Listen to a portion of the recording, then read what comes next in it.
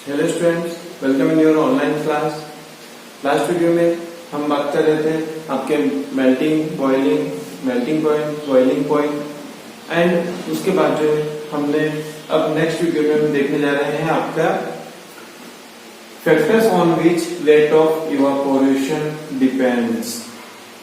इसकी बात करें हम यहाँ पर factors on which rate of evaporation depends. ऐसे फैक्टर्स मीन्स क्या होता है? कारक। ऐसे फैक्टर्स जिन पर रेट ऑफ इवापोरेशन मीन्स जो वाष्पीकरण की जो दर होती है, रेट मीन्स क्या होगा यहाँ पर? Speed means speed of evaporation depends करती है। हम उन फैक्टर्स को, उन कारक को समझने वाले हैं जिन पर आपकी इवापोरेशन की जो रेट होती है या जो इवापोरेशन ऑफ स्पीड होती है वो डिपेंड करती है। अब आपकी रेट ऑफ इवापोरेशन बोले या फिर आप स्पीड ऑफ इवापोरेशन बोल सकते हैं। आप इसको rate of evaporation means speed of evaporation हम देखने वाले हैं कि इसकी रेट ऑफ इवापोरेशन जो है वो किन किन कारकों पर निर्भर करती है या उसको प्रभावित करती है। क्या क्या फैक्टर्स होते हैं जो रेट ऑफ इवापोरेशन को इफेक्ट करते हैं या इसको प्रभावित करती है।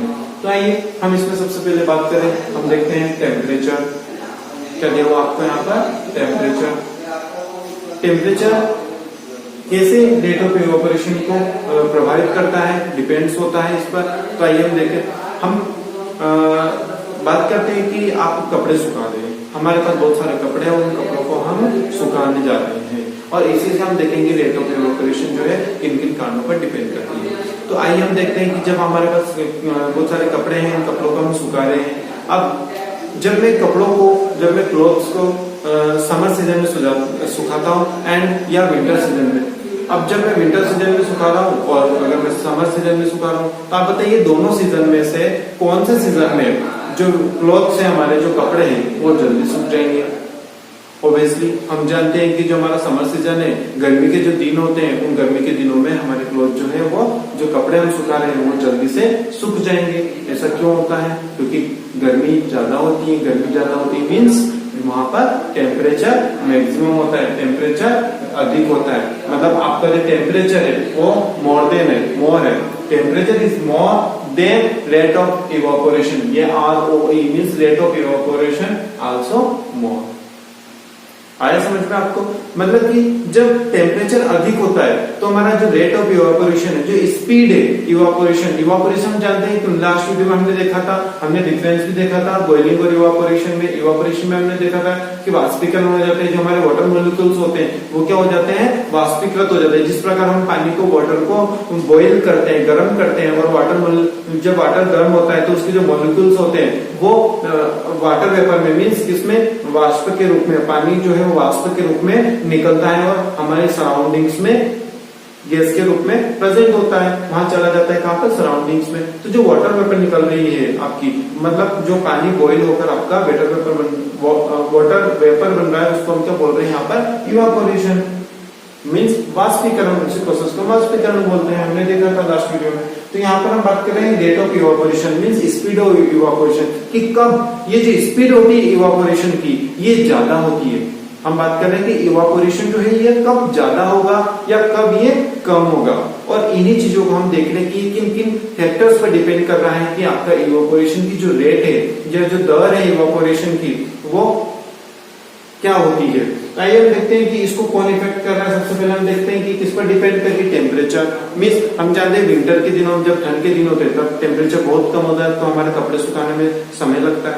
और जब हम बात करें समर सीजन की, गर्मी के दिनों में, तो हम जानते हैं कि वहां पर टेम्परेचर जो है बहुत मैक्सिमम होता है, मोर होता है। तो हमारे जो रेट ऑफ इवापोरेशन है वो भी ज्यादा होती है, मैक्सिमम होती है। और रेट ऑफ इवापोरेशन जितनी अधिक होगी आपके कपड़े उतने ही जल्दी सूख जाएंगे, क्योंकि आपके कपड़ों में जो पानी है, आपके कपड़े जो गीले कपड़े हैं, वो जो वाटर है उसमें, उस वाटर का जो वो वाष्पीकृत, वो इवापोरेटेड जल्दी हो जाएगा। क्या हो जाएगा? वो इवापोरेशन उसका वाटर मॉलिक्यूल्स का इवापोरेशन जो है वो गर्मी के दिनों में टेम्परेचर बहुत ज्यादा होने के कारण जल्दी हो जाएगा। इसलिए जो है आपके टेम्परेचर में डिपेंड करता है rate of evaporation means temperature is more than rate of evaporation is also मोर।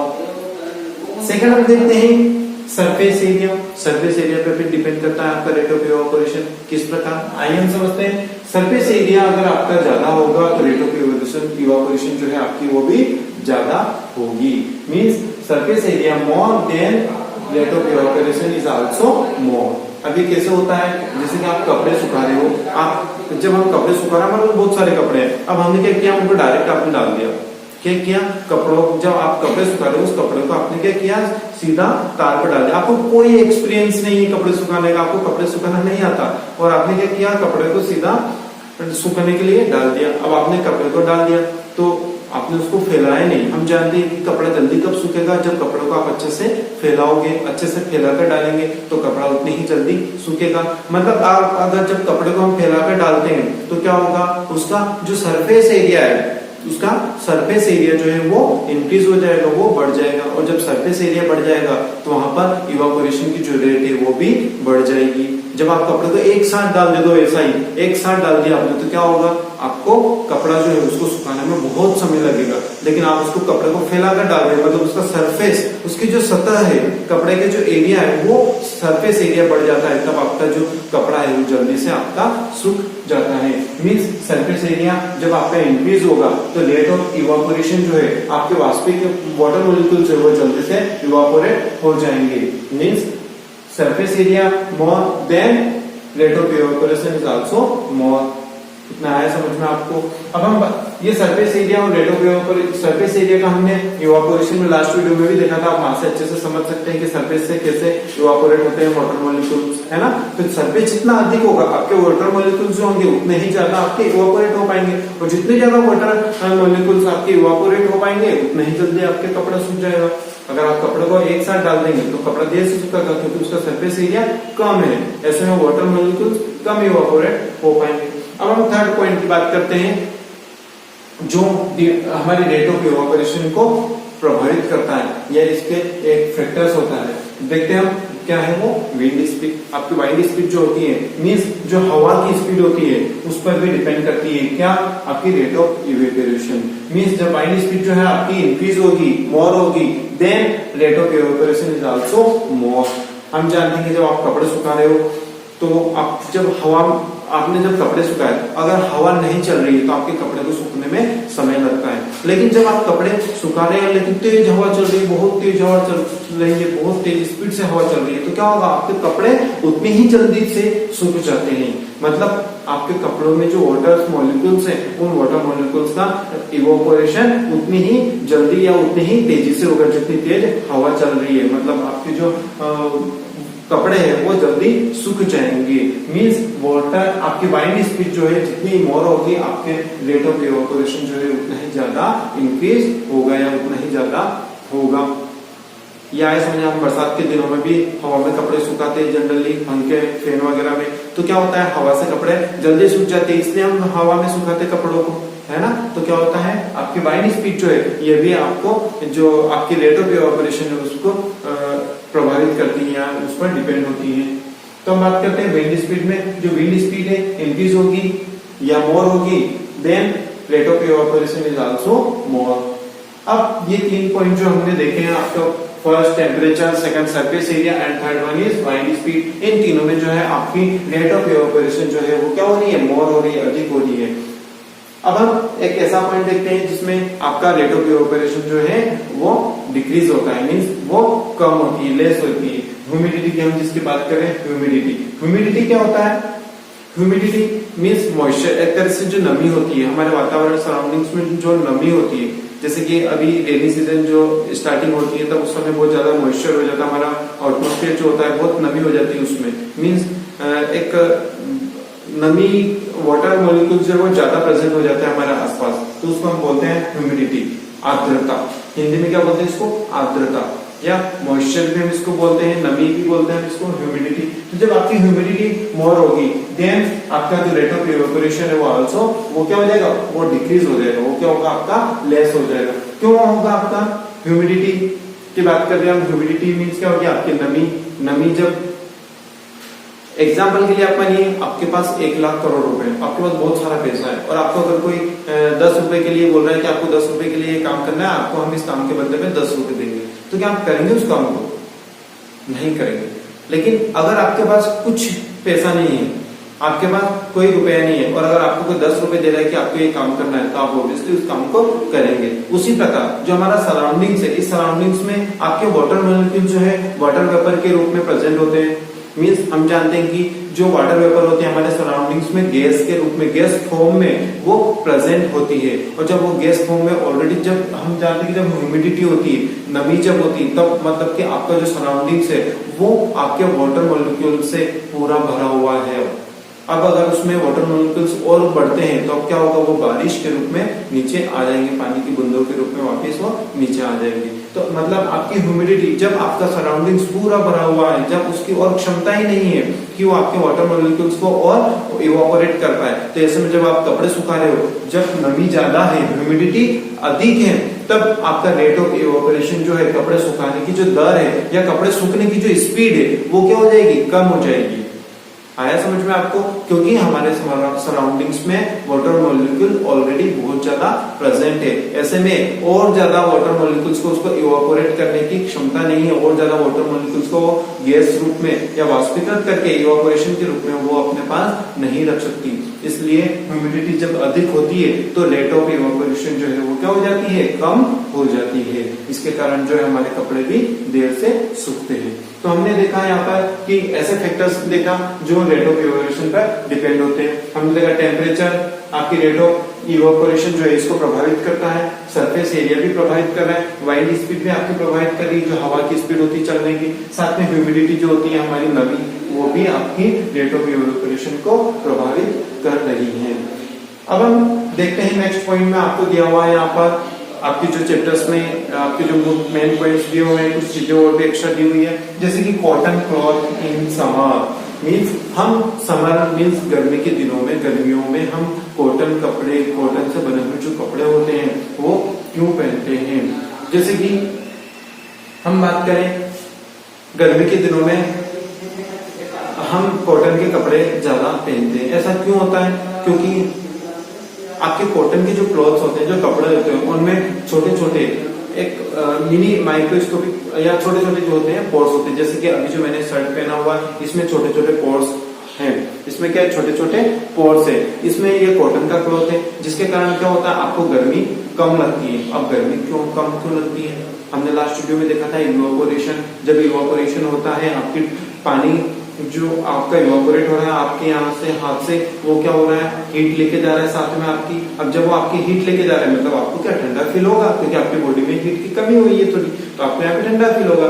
यदि हमको बहुत सारा पसीना होता है गर्मी के दिनों, हम जानते हैं कि हमें बहुत सारा स्वेट होता है, और जब ये स्वेट निकलता होता है तब ये हमारे जो कॉटन क्लॉथ्स होते हैं इस स्वेट को क्या करते हैं, इवापोरेट करने में की मदद करते हैं। क्योंकि कॉटन क्लॉथ्स में क्या होते हैं, छोटे छोटे मिनी क्या होते हैं, पोर्स होते हैं, होल, छोटे छोटे छेद होते हैं। उन छोटे छोटे छेद से जो पसीना है आपका, स्वेट है, वो क्या हो जाएगा, आपका इवापोरेट हो जाएगा। और इवापोरेट जब वो स्वेट आपका इवापोरेट होता है तो हम जानते हैं कि क्या होगा, आपको वहां पर ठंडा फील होता है, आपको कूलिंग फील होती है। तो इसलिए जो आपके हम समर सीजन जो होती है, हमारे गर्मी के जो दिन होते हैं, उनमें हम कौन से कॉटन क्लॉथ पहनना पसंद करते हैं। इतना समझ में आया आपको कि हम गर्मी के दिनों में कॉटन के क्लॉथ्स क्यों पहनते हैं। आइए हम देखते हैं अर्थन पॉट्स कूलिंग। जो आपके मिट्टी के बर्तन होते हैं वो जो अंदर पानी होता है उस पानी को ठंडा किस प्रकार रखते हैं। जिस प्रकार हमने देखा अभी कि कॉटन क्लॉथ जो होते हैं उनमें छोटे छोटे पॉट्स होते हैं, उसी प्रकार जो हमारे मिट्टी के बर्तन, जैसे कि जो मटका है ना, अर्थन पॉट, पॉट मीन्स क्या हो गया, कोई पात्र। जो आपका मटका होता है, मिट्टी का मटका जो है आपका, वो उसमें भी हम जानते हैं कि बहुत बहुत छोटे छोटे माइक्रोस्कोपिक क्या होते हैं, माइक्रोस्कोपिक पोर्स प्रेजेंट होते हैं। और यही माइक्रोस्कोपिक पोर्स जो होते हैं वहां वो पानी को क्या करते हैं, वाटर के जो मॉलिक्यूल्स है उनको क्या करते हैं, वो हीट जब जितना टेम्परेचर अधिक होता है वो हीट के कारण क्या होता है, आपका इवोपरेशन होता है। इस वाटर का क्या होता है, वहां से उन छोटे छोटे माइक्रोस्कोपिक पोर्स से, जो छोटे छोटे छिद्र होते हैं मटके में, उन छोटे छोटे छिद्र से पानी जो है आपका बाहर निकलता है। मतलब वो पानी का क्या होता है, धीरे धीरे इवोपरेशन होता है, वो इवोपरेट होता है। तो आपका हम जानते हैं कि जहां पे भी इवोपरेशन की प्रोसेस होती है वो आपको कूलिंग, ठंडा करता है। तो हम जानते हैं कि जो मटके का पानी है जब वो इवोपरेट होता है बाहर, तब मटके का अंदर का पानी जो होता है वो क्या होता है, वो भी साथ में ठंडा हो जाता है। जिस प्रकार हमें कॉटन कपड़े पहनने से हमें ठंडक महसूस होती है, उसी प्रकार से जो आपके जो अर्थन पॉट्स होते हैं, जो मटका होता है, मिट्टी का जो पात्र होते हैं, जो बर्तन होते हैं, वो आपके पानी को जो है क्या करते हैं, ठंडा रखते हैं। आया आपको इतना समझ में? आइए आगे हम समझते हैं आपकी ड्रॉप्स ऑन बॉटल। जो बॉटल्स होती हैं, जैसे कि जो फ्रिज है, फ्रिज में से आपने पानी की बोतल निकाली है। अब आपने जब बॉटल निकाली है, पानी की जो बोतल आपने सीधा बाहर रखा है निकाल के, हम देखते हैं कि कुछ समय बाद उस पानी की बोतल पे ड्रॉप्स आ जाती है पानी की। वाटर ड्रॉप्स जो है उस पानी के चारों ओर हो जाती है। अब वाटर ड्रॉप्स जो होती है वो कहाँ से आती है? क्या वो पानी की बोतल के अंदर से आएंगे? हम जानते हैं कि पानी की जो बोतल है उसमें कोई माइक्रोस्कोपिक पोर्स नहीं होते, क्योंकि वो प्लास्टिक की बनी हुई है। वो प्लास्टिक में कोई भी माइक्रोस्कोपिक पोर्स नहीं होते, मतलब पानी आपके बाहर का ही है। अब बाहर कहाँ का है?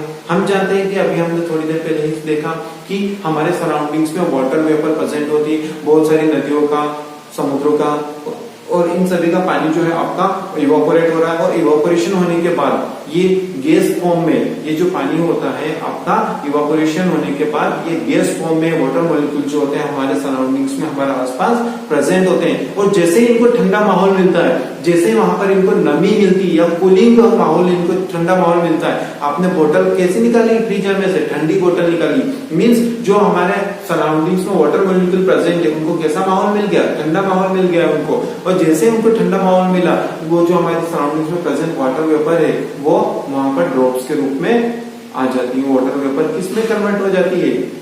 ड्रॉप्स में, वाटर ड्रॉप्स में, मीन्स पानी में कन्वर्ट हो जाती है। मीन्स गैस जो है, गैस फॉर्म जो है पानी का, जो हमारे सराउंडिंग में प्रेजेंट है, वो उस बोतल के ऊपर लिक्विड फॉर्म में चेंज हो रहा है। और इस प्रोसेस को हम जानते हैं कि क्या बोलते हैं आप बताइए मुझे। इसको हम कंडेंसेशन बोलते हैं। कंडेंसेशन की प्रोसेस में हमने देखा था कि जो गैस होती है is get converted into liquid on cooling. जब ठंडा माहौल मिलता है तब जो वाटर वेपर होती है जो हमारे सराउंडिंग्स में प्रेजेंट है वो भी क्या हो रही है? यहाँ पर कंडेंस हो रही है। मीन्स यहाँ पर क्या हो रही है? वो पानी के फॉर्म में, लिक्विड फॉर्म में चेंज हो रही है। तो इस प्रकार जो आपकी बोतल जो है उस पर भी आपको ड्रॉप्स जो है वो दिखाई देती है। इतना समझ में आया हमको? ओके, हम नेक्स्ट टॉपिक में बात करेंगे। अगले लास्ट टॉपिक बचा हुआ आपका, उसकी हम बात करेंगे। उसके बाद हम चैप्टर्स को लाइन टू लाइन समझेंगे। साथ में आपको वर्ड मीनिंग्स भी नोट करना है अपने फेयर कॉपी में, एंड आपको जो इंपॉर्टेंट एंड एक्स्ट्रा क्वेश्चंस जो है वो आपको अपने साथ में नोट करते हुए चलना है। आज के लिए इतना ही, धन्यवाद।